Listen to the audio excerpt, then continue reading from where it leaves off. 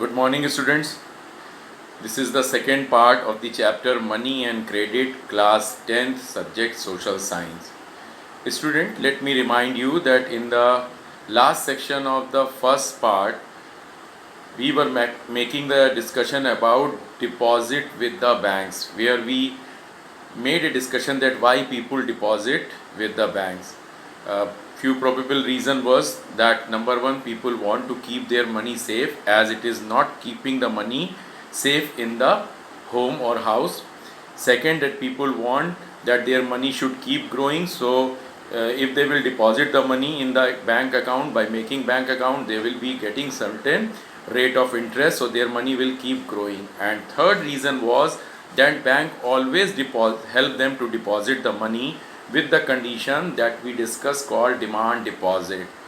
In this condition, anytime the person who is having account in the bank can withdraw the money by various means, like going to the bank branch itself, like going to the ATM, or doing the online transaction through their mobile banking or internet banking, or making the shopping through their debit card, or using various means like e-wallet, etc.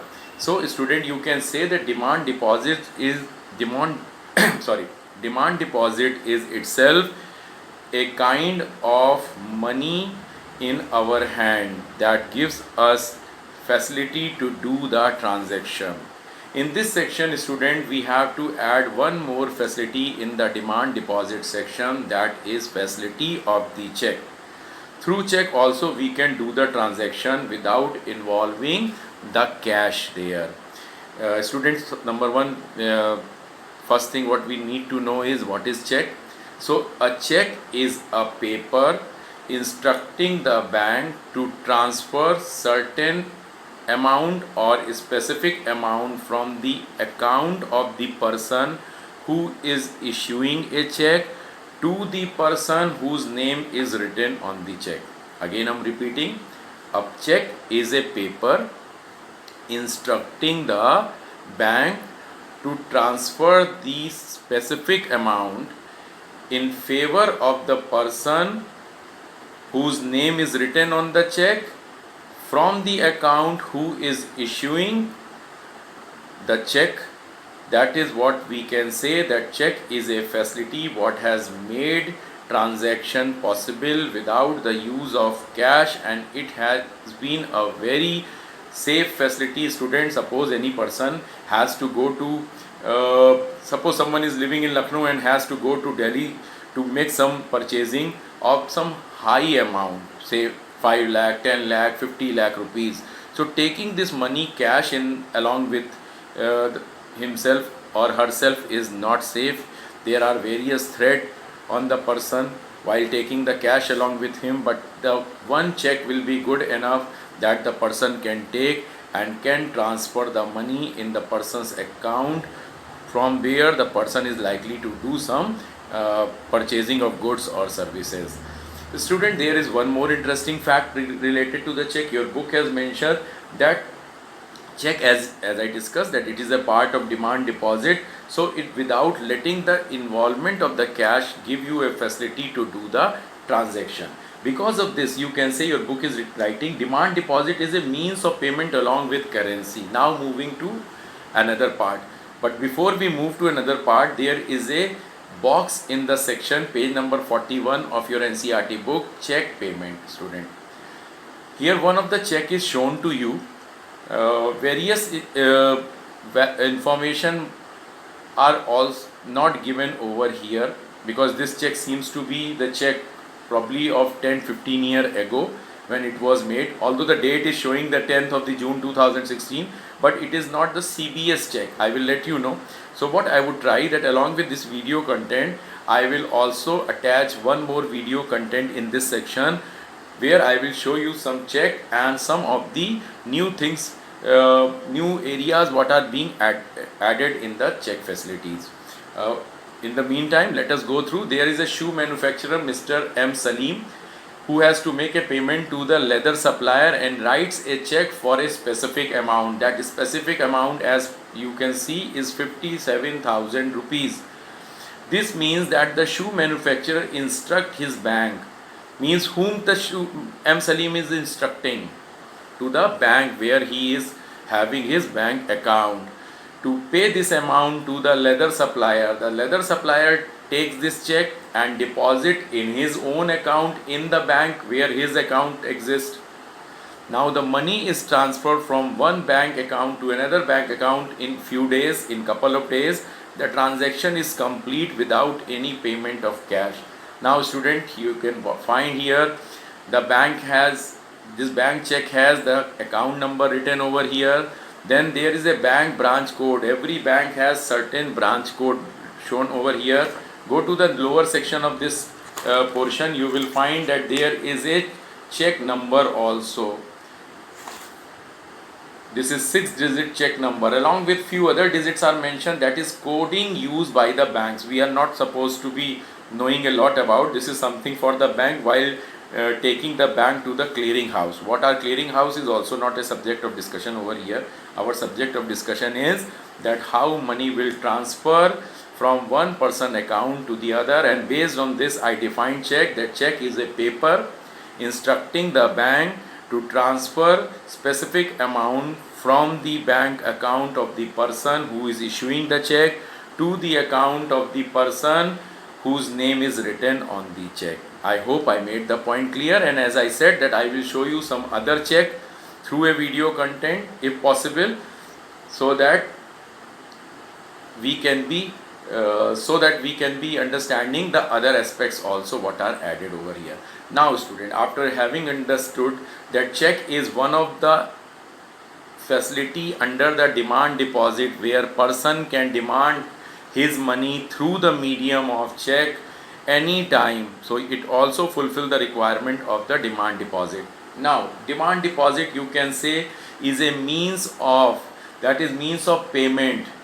We can say that demand deposit what it fulfill, it is a means of payment like currency, like money in your pocket, like the cash in your pocket. This demand deposit can also help you. Suppose you have certain money in your account and you want to purchase something, so by any means, by issuing a check, suppose you want to purchase a two-wheeler, so you going to the automobile shop, you can pay the money in cash. But if you don't have cash, you can use other means also, like you can transfer the money through online banking, you can transfer the money through the medium of check, and various other options are available as we discuss. Now based on this, there is another factor, that modern form of money, now what it includes. We begin our chapter where we said that modern form of money includes currency, where it exists paper note and coins, but along with currency there is now one more factor, that is called demand deposit. Demand deposit is also one of the means that is mentioned, and all these things means both the thing, currency comes under our banking system. Similarly, demand deposit is also the part of our banking system. We can demand from the bank, so it is part of banking system.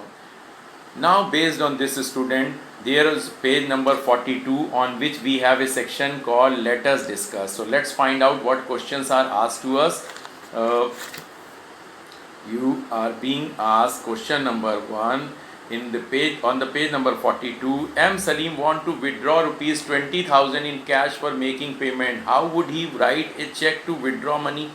Now make point clear. This time M Salim don't want to pay to anybody else, rather he is wanting to withdraw his money by the means of check from his own account to himself. So instead of writing the name of Prem Kumar, he would write his own name. Number 1. Number two, I didn't discuss in the section that if you can see in the previous check, on the left corner, on the upper left corner, there are two parallel lines which itself says that this is account pay. It means money in the earlier check could pass from Salim account to the account of the Mr. Prem Kumar only, not in the form of cash. But suppose Salim is not withdrawing these two lines, it means Salim want this money to be cash, and this check will be called a bearer check. Bearer means that one who is carrying. Like in terms of money, I explain you that it is written I showed in the previous video, I could show you a 500 rupees currency note. You read it yourself. It is written, I promise to pay bearer rupees 500. Bearer means that money who is carrying. Means suppose you have purchased something from me and in return you have given me 500 rupees. So 500 rupees will come in my pocket. So the money which was earlier in your pocket, you were owning that. Now it is owned by me. That was just a discussion to help you understand that what bearer means. If the two lines is not drawn, the check will be considered bearer, and then Mr. Salim, M. Salim will go to the bank, will put this check to the authorities, and he will get 20,000 rupees in cash. For what is important here, that instead of writing Prem Kumar, he will write either his name M. Salim, or he will write the name in place of name, that is self. Self means for himself or herself. Now take the correct answer. You are asked, what after the transaction between Salim and Prem Kumar, what is the best option? Salim balance in his bank account increases. How it is possible, student? It cannot be. He has given some money to the Prem Kumar, so naturally some money will be reduced in his account and money will be increased in the Prem Kumar's account. So your option number 2 is right. I don't want to read all these options. Why are demand deposit considered as money? I have given you already various examples that demand deposit is that means through which, using any means like using check, using our debit card, using our mobile banking or online banking and other means also, we can withdraw the money whenever demanded and we need not to ask permission of anyone. That is why demand deposit can be considered as the money. Now student, there is one more section. Please take this, that is our next heading. That next heading is loan activities of bank. So let us find out, why do bank exist in our system, and what do bank do if the people deposit their money. In the earlier section you have already studied that people deposit their money to the bank for especially three reasons. First reason, to keep their money safe. Second, to help their money growing by getting interest amount on the money kept over there in the account. And third, that they are also expecting that whenever that money will be demanded from their side, bank will help them to get the money. They will not require to ask anyone's permission. But question is, why bank exists and what they do with the deposit being made by the public. Don't forget student, bank has to return the money deposited by the people with interest. So bank has to make some arrangement so that they can make more money than what they are likely to give to the people.